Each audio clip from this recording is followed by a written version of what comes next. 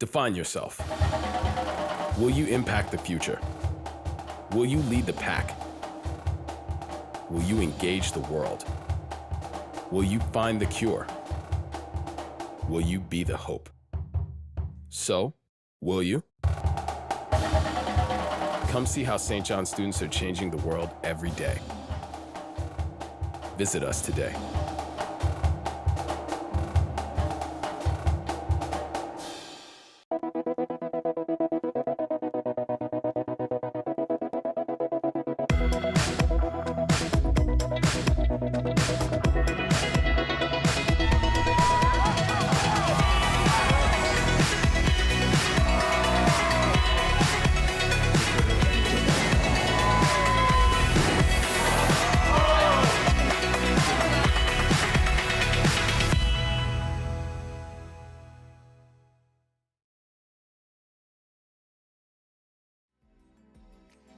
Hello everybody, and welcome back to EGFC.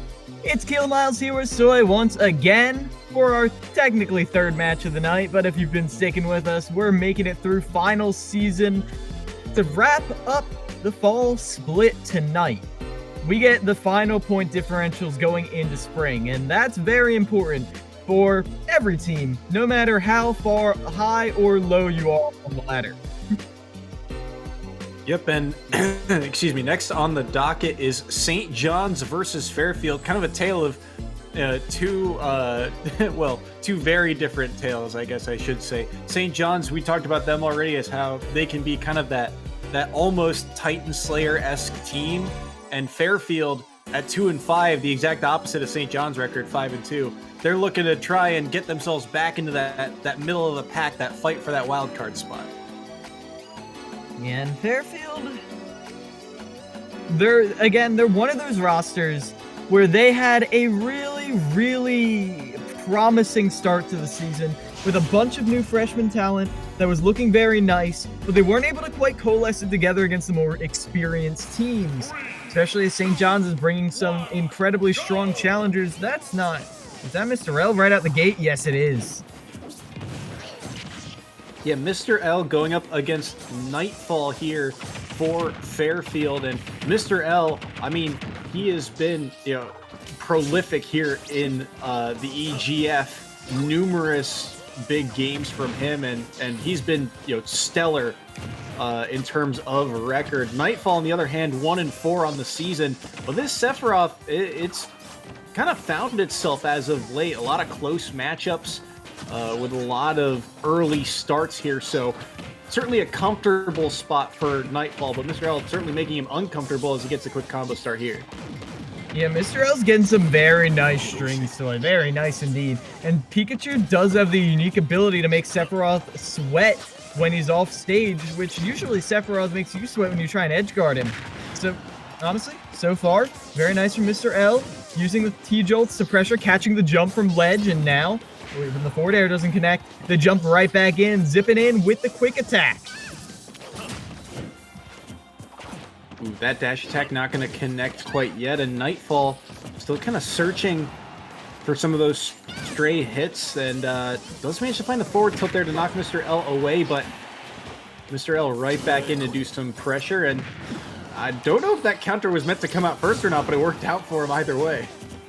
Mr. L just a little bit too far away. Finally, the strong hit of the headbutt. I was going to say, they've been getting weak hit after weak hit after weak hit of all of their kill moves, and finally, they connect their noggin straight into Sephiroth's vulnerable kneecaps. Good catch there by Nightfall. You can kind of tell he was looking for either the up smash or the up tilt, but was able to catch the quick attack away, and now the struggle here for Nightfall. Mr. L does a really good job of surviving at these high percents, just playing, his own game and making sure that any hit he takes is not going to be a dangerous one. And this is the struggle for Nightfall. Can he find that stray hit? Can he find that kill move to get that first stock off the board? Well, It's a dangerous game to play right here. You saw they love those anti-airs before, the up tilt, the up smash, but those are very laggy options, and Mr. L got a big punish on all of them. So Nightfall gonna feel a little bit more uncomfortable going for that, going for the ledge trap now, but a good delayed recovery from Mr. L means you're not gonna get caught by that anytime soon. That was almost a text chase situation right there on the platform, but Mr. L not able to deliver. They're fishing for something, but I mean, it confirms Nightfall is able to DI it out of them for the most part. Even if you're able to DI out though, Mr. L is always keeping the pressure up. You escape one combo, you fall right into the next. Yeah, gotta play so carefully here, and that's an ill-advised counter. That's gonna be the stock too. So Mr. L up 3-1 here, still at 154. Oh, and here comes the back airs. Great DI out with the rage, with the DI. Nightfall was almost able to escape, but now you're still off stage. Mr. L's making that back, no problem. And you got caught by the T-Jolt. That's an invitation. But luckily, Nightfall's able to put a foot in the door and stop Mr. L from getting too far away with it. You can still get a stock here. It's still feasible. As right now, you're trying to avoid that 3 stock. But Mr. L came to play. A lot of teams saw it. A lot of teams, they send in a strong player, not to beat Mr. L, but to just get a game off or make sure Mr. L doesn't get the double 3 stock. Make sure St. John's doesn't get 8 stocks on the board. Fairfield not quite able to deliver on that this time. Yeah, and it just goes to the credit of Mr. L. He played that so well, played so patiently at such a high percent. It's very easy, to have, when you have, all that percent on you, you think, okay, I've got some rage, I've got a lead, let me see what I can do with it. And it's easy to overextend and get punished for it. But Mr. L just played patient, waited for his 1 or 2 openings, got the combos, and then right at the end, I think as that set was going on, as that match was going on as well, Mr. L started to catch on to a lot of defensive options. Think back to the first couple times he got a grab. He only maybe got a nair out of it or an up air out of it. And then he waited to see which way he would DI instead, I believe on grab, number 3. And then right at the end there, finally connects that up air into the thunder, realizing, hey, he just wants to get out of this. He just wants to DI away, and reads it beautifully to seal away that 3 stock. Yeah, Mr. L is so good at setting up those...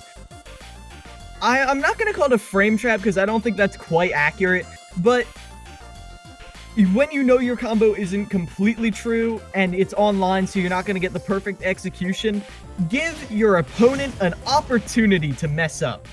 That's what Mr. L does. And when they do, Mr. L stands there waiting for the air dodge, waiting for the panic option, and they are ready for it. Going on to Nightfall, you counterpicked the Pikachu to Kalos? Well, I mean, there are comfort picks and then there are strange picks, I guess, because yeah, this feels like Mr. L's hometown. Oh my goodness, I thought that was gonna spike.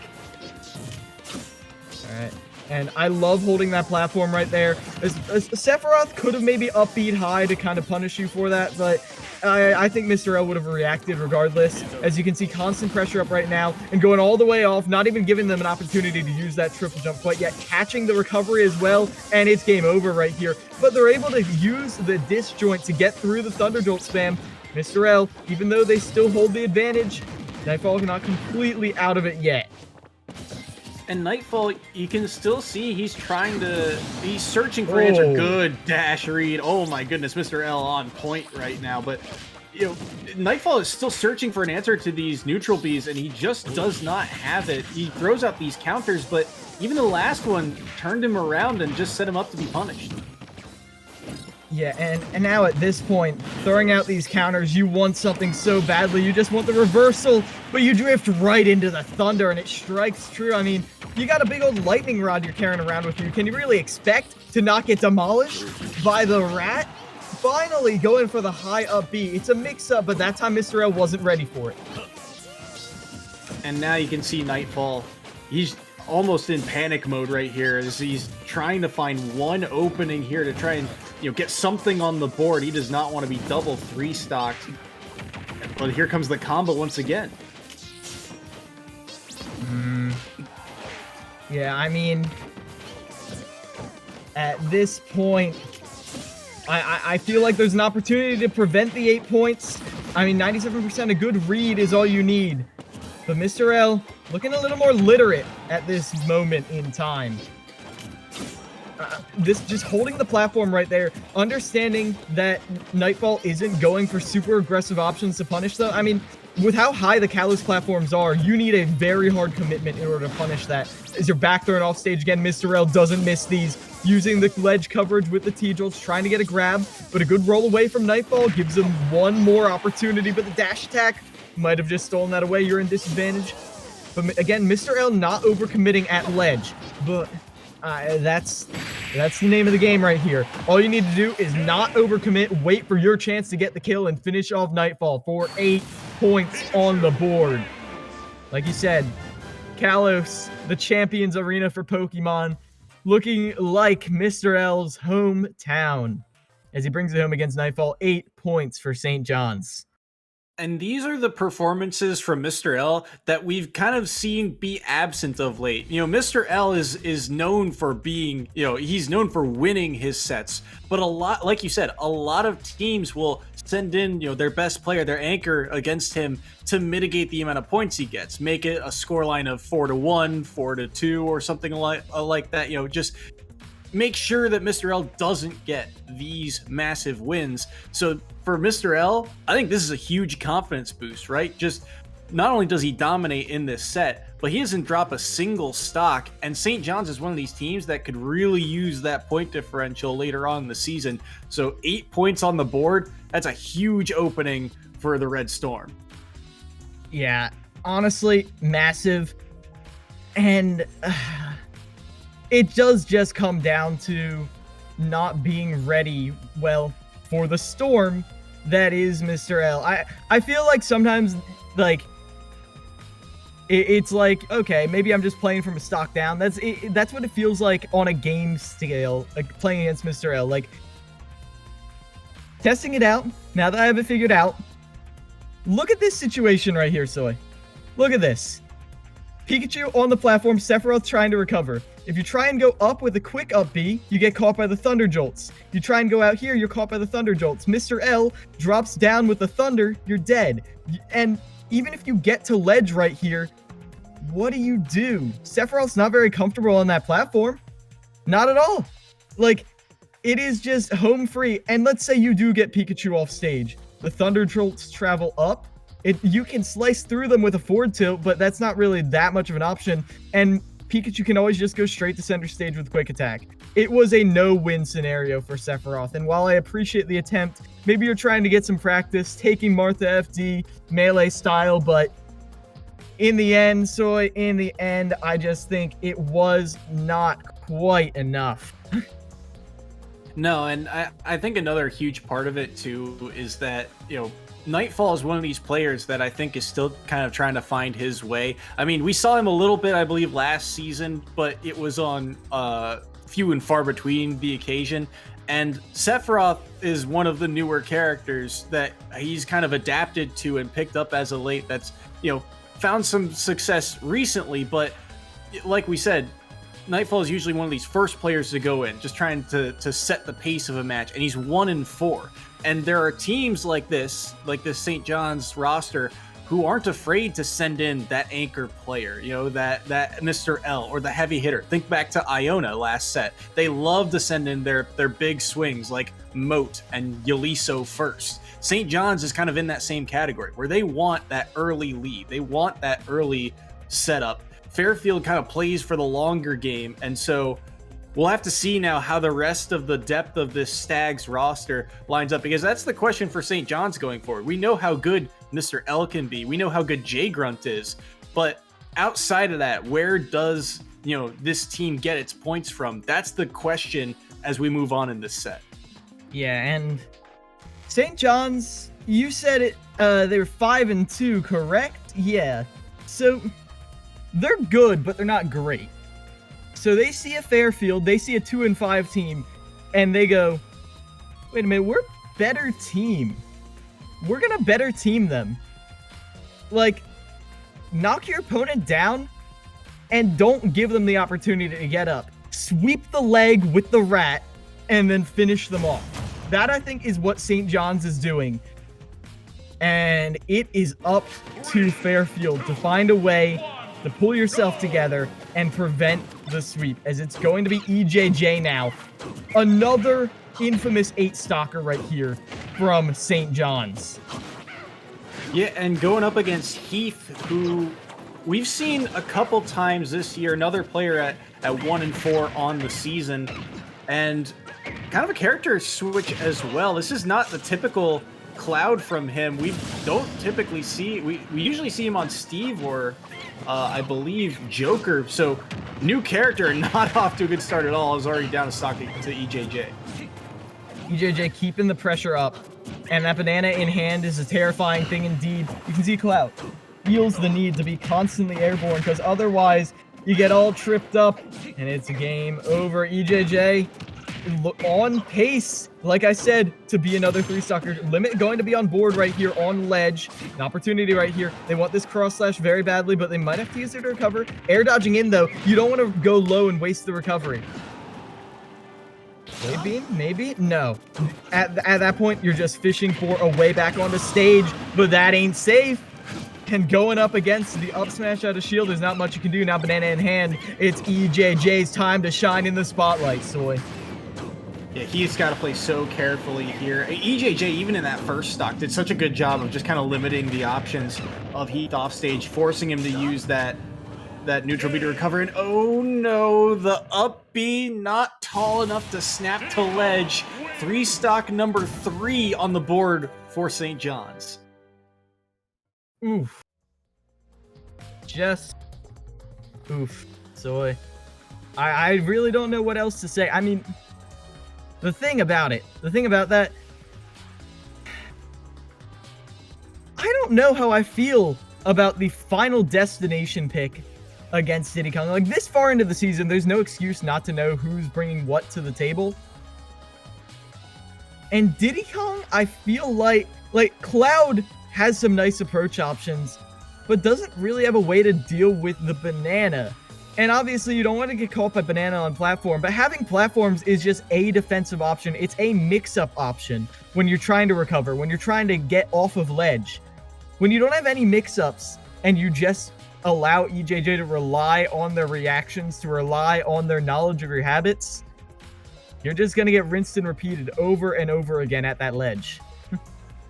Yeah, and EJJ, you know, not afraid to take full advantage of that, of that, like you said. And this is one of those games where, again, it's just difficult because this St. John's roster, you know, especially EJJ in particular, like, you know that he's got this Diddy Kong, but even if he opted to go Rob here, which he might still do, he did it last time he got a perfect 8 points on the board.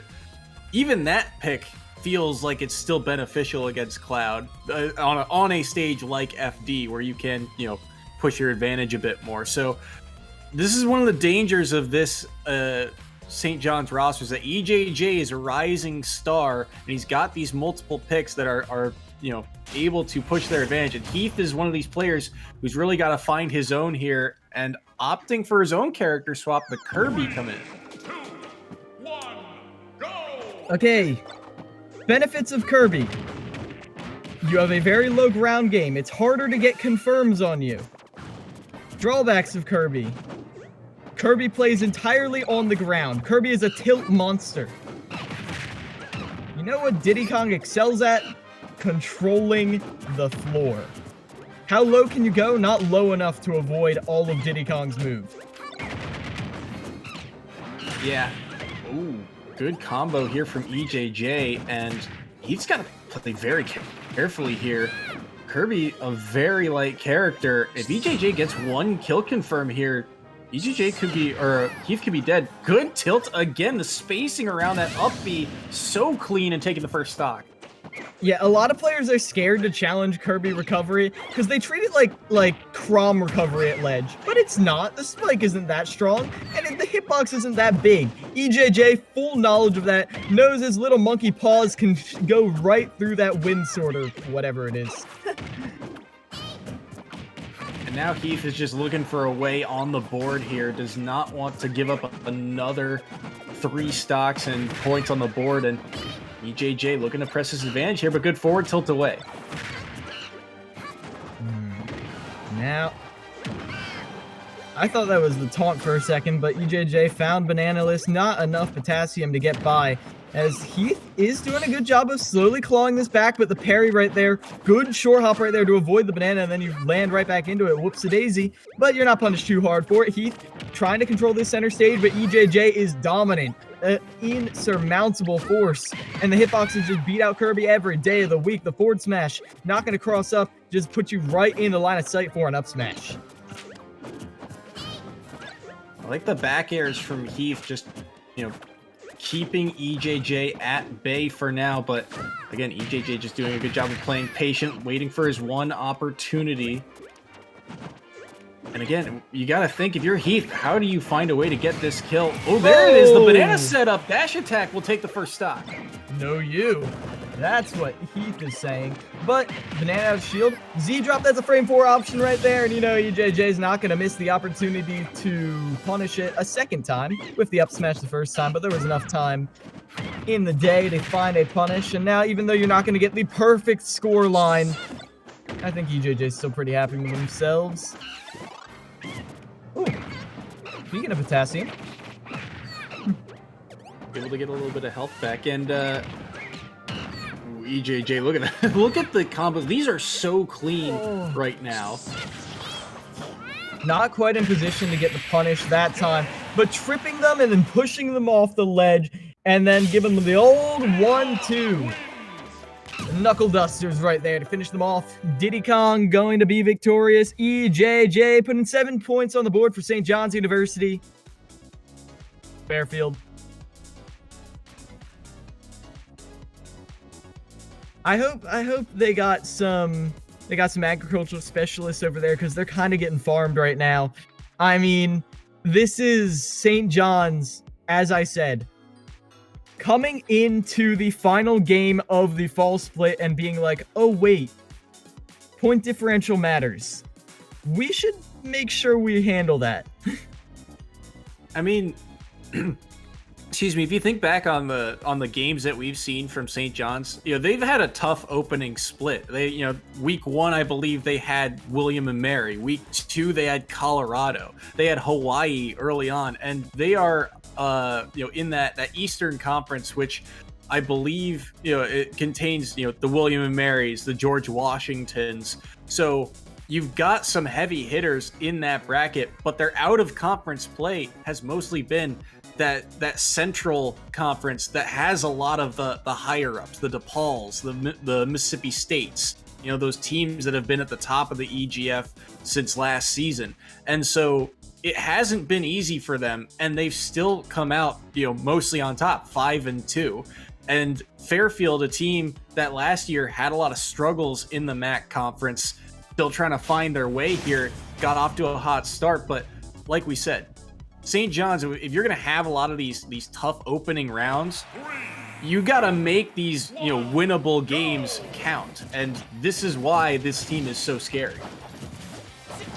Now, I feel like I have said this 3 times, but hey, isn't J Grunt one of the other people we've seen get 8 stocks here? I'm sensing a pattern, Soy. All the heavy hitters and all of them early. J Grunt is undefeated so far in his EGF play, as in particular this season. He is 4-0. He was 8-0 last season, so he has just been on fire in the regular season. Ooh.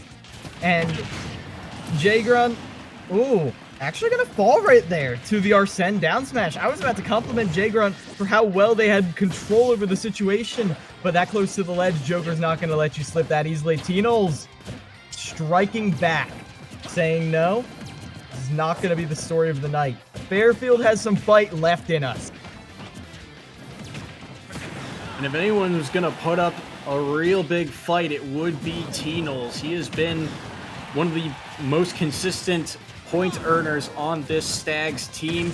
3-2 on the season. One of the few guys with a winning record, but the charge shot clipping him there, and he will fall, losing his first stock. It really does feel like when Jay Grunt gets a hold of your habits, they punish them hard. At first, it was just forward airs calling out jumps. Now we're getting full point-blank charge shots, barrel straight to the face. He knows he better come correct right here, as now get caught by the uncharged charge shot, which actually is worse as you're not knocked away. It's an invitation for even more damage. It combos Soy. Perfect awareness from Jay Grunt, but now you're at ledge. This is where you got knocked around by Arsene before, but if you never give T-Knowles an opportunity to touch the stage, well, do you really have to worry about big boy Arsene?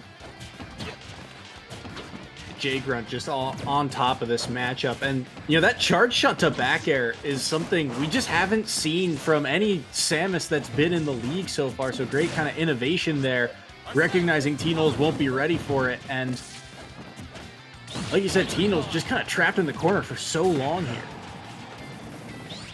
Finally starting to get out.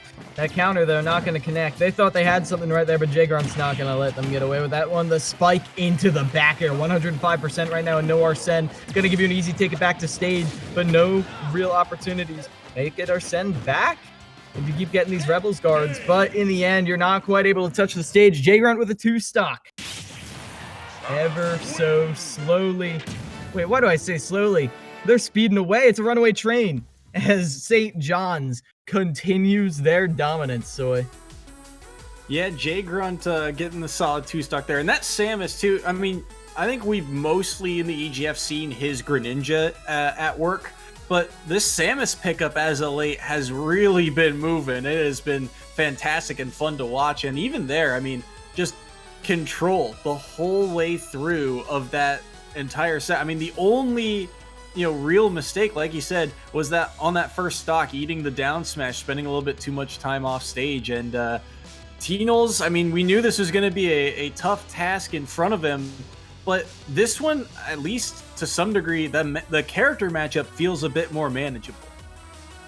At this level of play, it also does come down to mentalities, and it felt like a lot of the time when you see us talk about conditioning, it's over the course of an entire set, and they finally figure it out. Jay Grunt throws in the missiles, throws in the bombs, conditions you, and then immediately punishes you, and then wipes the slate clean and does it all again. That was 23% from an air. They got both hits. 43%. They've hit them twice. Is Samus a heavy? Yes, but I was not expecting that. I think it's. I don't know if I've ever seen both hits of Nair connect like that. So, this is just. It goes to show really how dangerous Jay Grunt is as a player, and the fact that he's able to hold on to these stocks so well. T-Knowles, the drift betrays him too far away from the ledge. Well, he got the drifts. I think he was trying to avoid that bomb, but either way, not being aware of how that ledge intangibility was going to treat you, and these Rebel guards are not working in their favor at all. And when you're flustered like that, it's so hard to make sure you have solid damage. Oh my gosh, the damage output on this Samus! 54% from one interaction. That is the kind of damage of most characters' dreams right here. Is T-Knowles struggling to find the way in. They get the spike, but Jay Grunt gets away scot-free. Even the charge shot beating out the side B there, just making life miserable for T-Knowles right now. He just can't find any openings that he's used to having. Tried to space and roll away on the shield, and then they just got grabbed. They got tethered. As now off stage, almost they took 2 bombs in order to get through that. Oh, and they're using the bombs as these nice little mix-up options too, baiting out an option and then coming back in with an aerial. The aerial drift from Jay Grunt is so ambiguous, constantly slipping and sliding around. Not on such a grand scale as Yaliso, but I think the micro adjustments are even more important at this level. And Jay Grunt now throwing out a lot more forward airs, even though the back air takes the stock there. But those forward airs on the ledge, very dangerous. We didn't see that at all in game number 1, so it's another mix-up for T-Nulls to worry about. There's so many hard call-outs from Jay Grunt. It's unbelievable. Jay Grunts, they're in their head. And I think it's just because they're cracking it open with all of these heavy hits. You can't think straight. You're on the platform, you tech roll in. You're finally able to get the back air. Jay Grunt on ledge. What are you going to do with it? Fall down? Oh, no! Like I said, the mental war was already won. T-Nulls was struggling to claw their way back in. But every time they got a stray hit, the memories of the past would flash of all the times Jay Grunt had reversed the situation before. They're like, I can't get reversed again. I can't let it happen again. And that's what gets you. That's what finishes it off. As that is 7 more points. 22 points on game 3. Soy. Wow.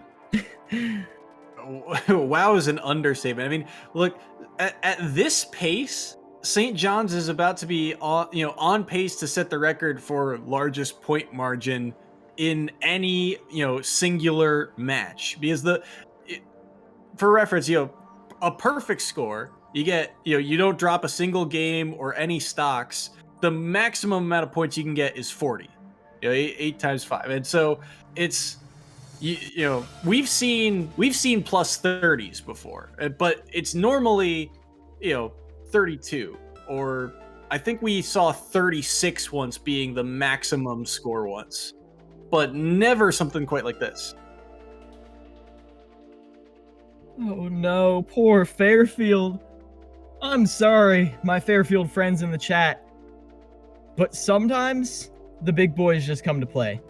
Because we've got Aloma Mola coming in next, and Jerry is coming in.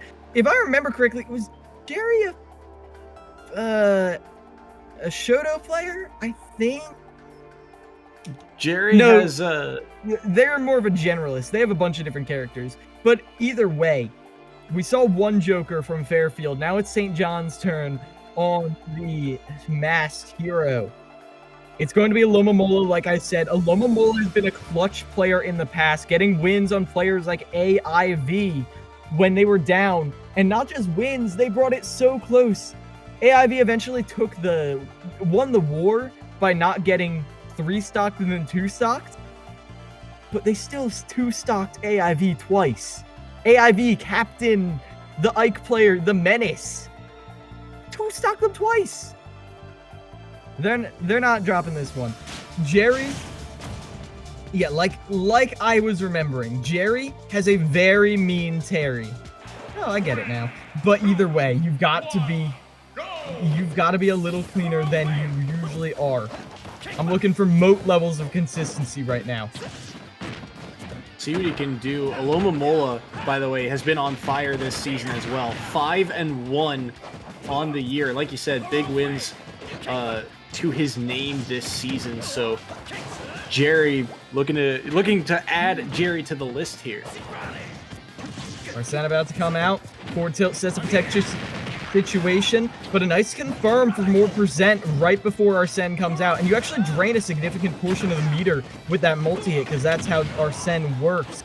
Now, with Arsene, Aloma Mola has them off stage, trying to stall out for a little bit, but Jerry misspaces it just a tad. And they're going to lose their life for it. Now with invincibility, they fish for the kill, but that was a little optimistic even for you. If you're Jerry here, you're trying to play so carefully. You know you don't want to give up any more points here. You're trying to find a way back into this set, and you've got Aloma Mola at kill percent, but Aloma Mola, the movement right now, reading Jerry's defensive options very well. Oh, just jab, down tilt, jab, 131%, and I don't think Arsene's going to come out. Terry has too many confirms, fishing for a landing there, fishing for a jab, but if they go for something that's not going to kill, if they go for stray hits, well, you're just going to kill. All right, I eat my words. That was dangerously close, though, to having Arsene come out, and that's huge for Aloma Mola, but that's a good back air. Oh. And the read on the air dodge as well. Jerry out of options and out of luck. What a clean conversion from Aloma Mola. And that was just pure game sense right there. Jerry hasn't done that once, but Alomomola knows when you put that much pressure on someone, they want to try and mix it up. And the air dodge is usually the first thing people go to. And you see they tried it again. That's how shaky they're feeling after the pressure Alomomola put on off stage. I take it all back. Alomomola given a taste of their own medicine with off-stage pressure, but they came back swinging from the angel platform. And that SD gives Jerry a chance here. Like we said, Terry as a character has got a lot of damage output and a lot of easy ways to kill, but Alomomola has just made himself so difficult, and good up B through the guns downward. But can Jerry find a way back to stage?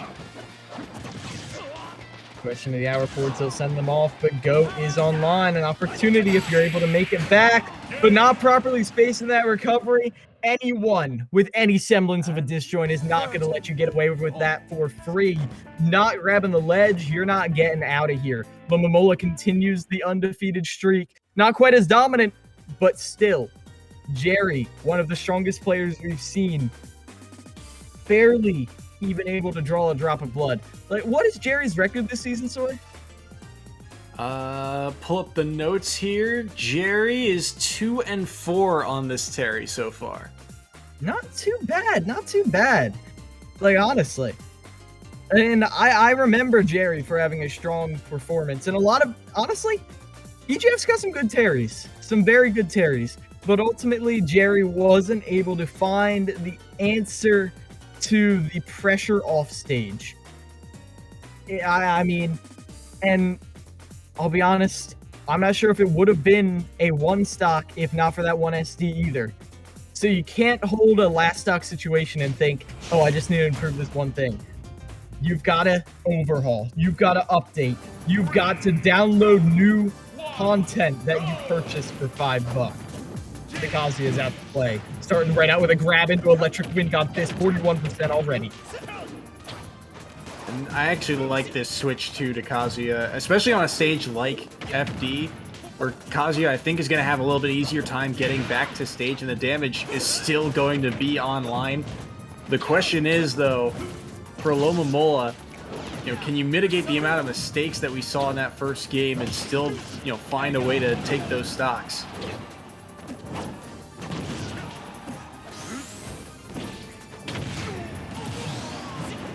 Back there, gonna finish them right there. Jerry exploited off stage just a little bit. That's Alomomola's bread and butter, those amazing edge guards. As they go down with the down guns, that's 22%, and they continue the string. The spike as well, but they finally get stage spike, the taste of their own medicine. But I don't think you can bank on that either. That was a frame away from hitting. Alomomola was hungry for it. Jerry being held to the corner once again. Good turnaround grab, though.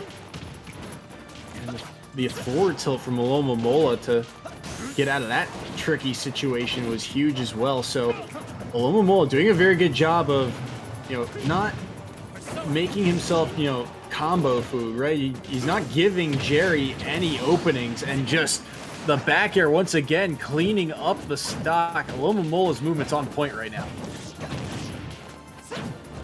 Forward tilt, sending Jerry off stage. Now, Alomomola, nice, kind of conservative movement right here. With Arsene, you'd think they'd be fishing, but they left their bait at home.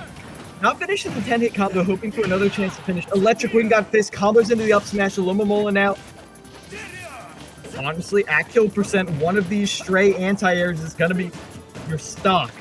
Alomomola's got to be very careful in front of that diagonal above area, which is exactly where you want to hit with aerials from. But Alomomola, with the constant pressure, I don't think they have to worry about anti-airs too much at all, Soy.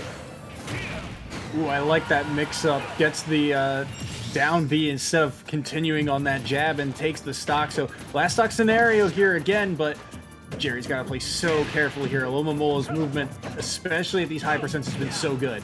It's how it starts, Soy. 39%. There are kill confirms right here online. They're able to get back to stage, but the air dodge! They mash their face into the ledge, but when you're in hit stun, like say if you just took a bullet to the head, you can't grab the ledge. I don't think they were ready for that, Soy. I don't think they were ready for it at all, and because of that, they're sent down, tumbling to their doom. 26 points for St. John's University. It's over and done now. I doubt we even need to say it. Look at this scoreline, 26-0. Fairfield, though, has slowly been making it a bit harder, going from the 8 stocks to really breaking it close, but never being able to push the envelope all the way. Yeah, and it goes to show, that Fairfield, the strength of their roster is their depth. They don't have one player who, is going to get that 8 full points on the board. They are built for these kind of grinded out type of matchups. But when you've got such explosive players like a J Grunt, like a Mr. L on the St. John's, and they get the right types of matchups too against, Nightfall in round 1 who's struggled and so on and so forth.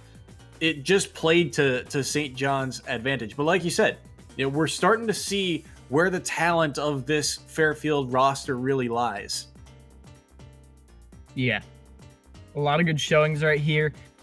And promise going into the spring split, because remember, they've got a whole break to sit down and practice and grind and figure out what went wrong, where the weaknesses were, and most importantly, study the VODs, not just for your opponent's weaknesses, but for your own. Figure out what they're exploiting, make sure they'll never do it again. You find those chinks in your armor, you've got a ticket to improving as a player.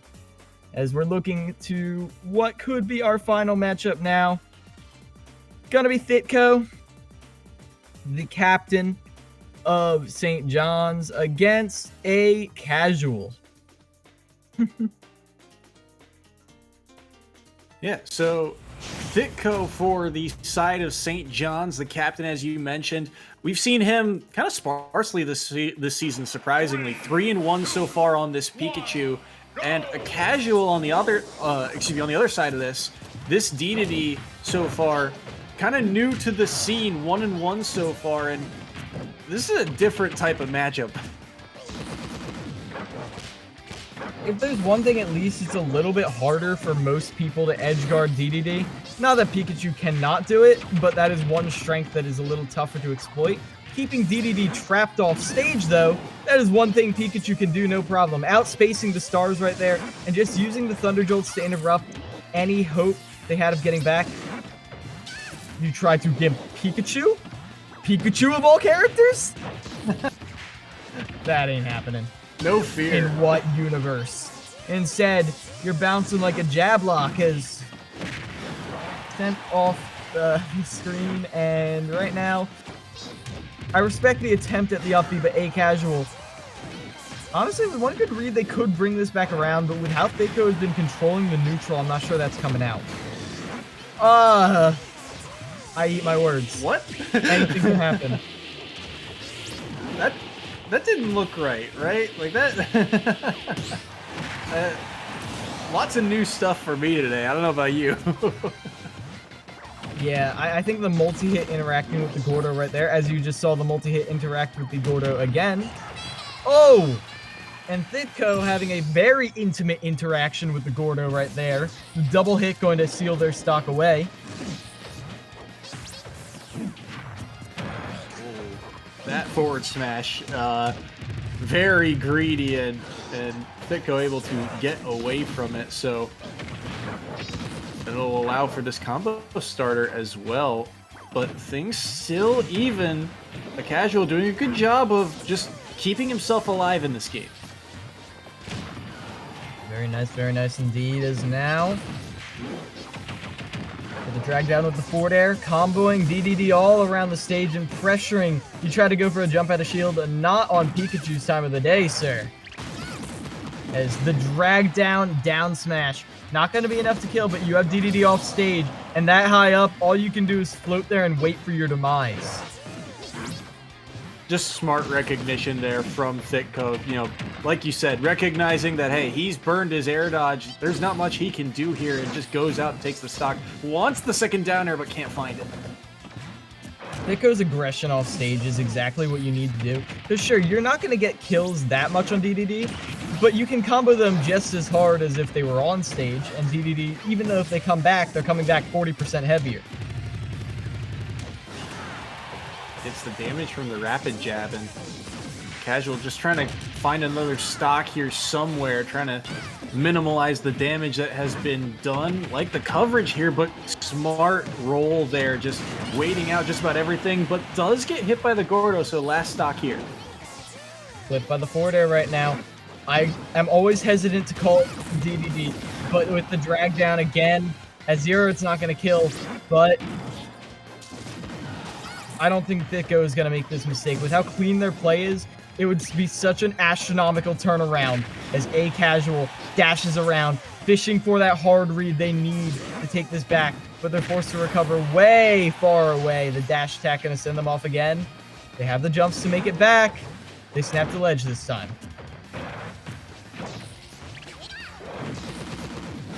That forward air not going to do it quite yet.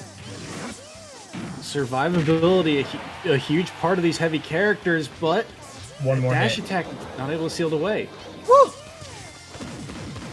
Pikachu dashes right under the own Thunder Jolt, 196% though, and DDD still refuses to die, full of air, but not weighed like it. But eventually, the headbutt from the dash attack will finish them all. Thicko, despite their control, had some trouble against A Casual, but ultimately, they still held a solid stock lead throughout all that, and they're going to take that stock lead into a victory.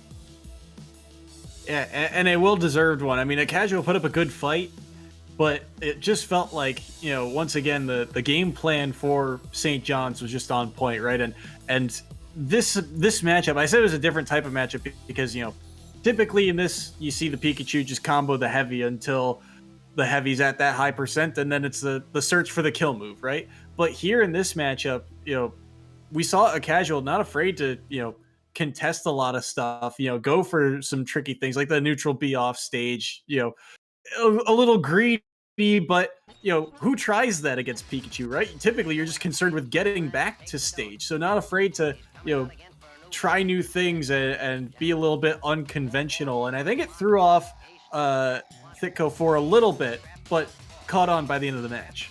Correct me if I'm wrong, but didn't A Casual used to like Game & Watch? Maybe? I just feel like that's such a good matchup against Pikachu. But either way, gonna be taking Pikachu to Final Destination. Not a terrible counter pick. I feel like DDD benefits from the ledge trapping, and even though Pikachu incredibly hard to ledge trap, that's a high level. Thicko might not have the perfect recoveries to center stage that are unpunishable.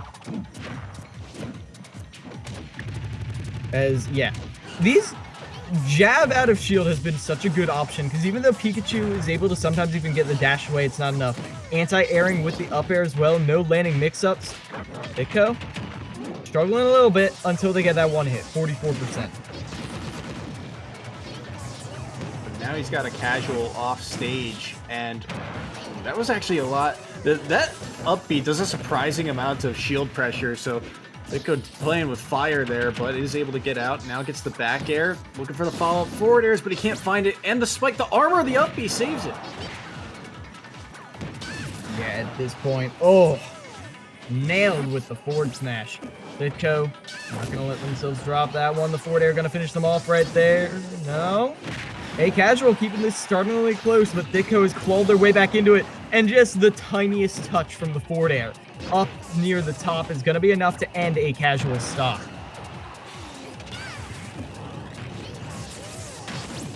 Good side B there.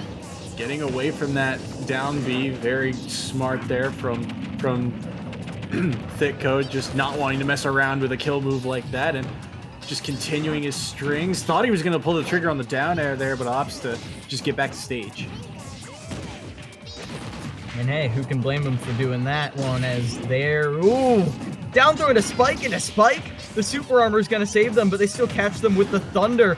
Oh man, that was a lot of damage chunked on. They will go for it all, and they actually do manage to get them, but they don't grab ledge? Oh, Thicko waving at the screen. They know exactly what happened right there.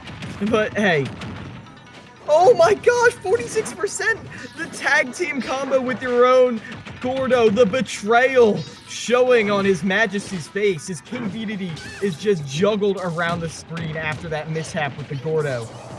Able to get a little bit of redemption right there, but the drag down smash, it might just be the finisher. As look how deep they're going off stage. The stage spike, that's it. Slamming up into Final Destination and then straight back down without a tech. Ditko cleaning up in style. That last stock was a clip and a half. I hope someone goes back and grabs it.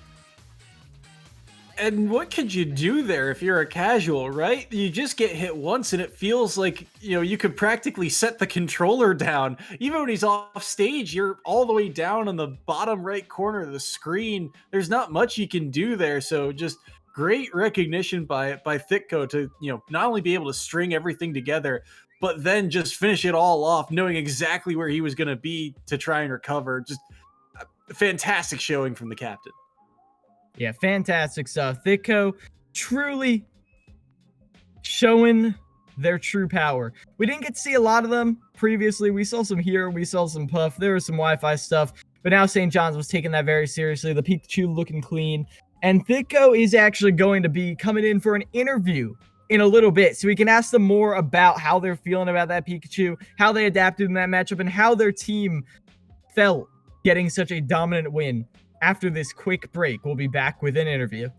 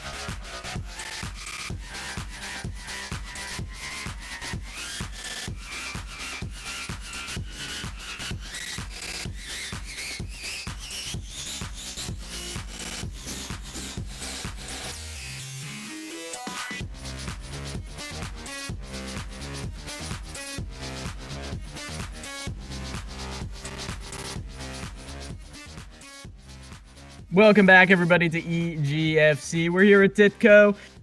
After, well, not just a win, a victory, a dominant victory. And, well, how you feeling after a game like that? We're all pretty hyped. We're all pretty hyped. After the double three, so we sent L in first because he has an exam tomorrow.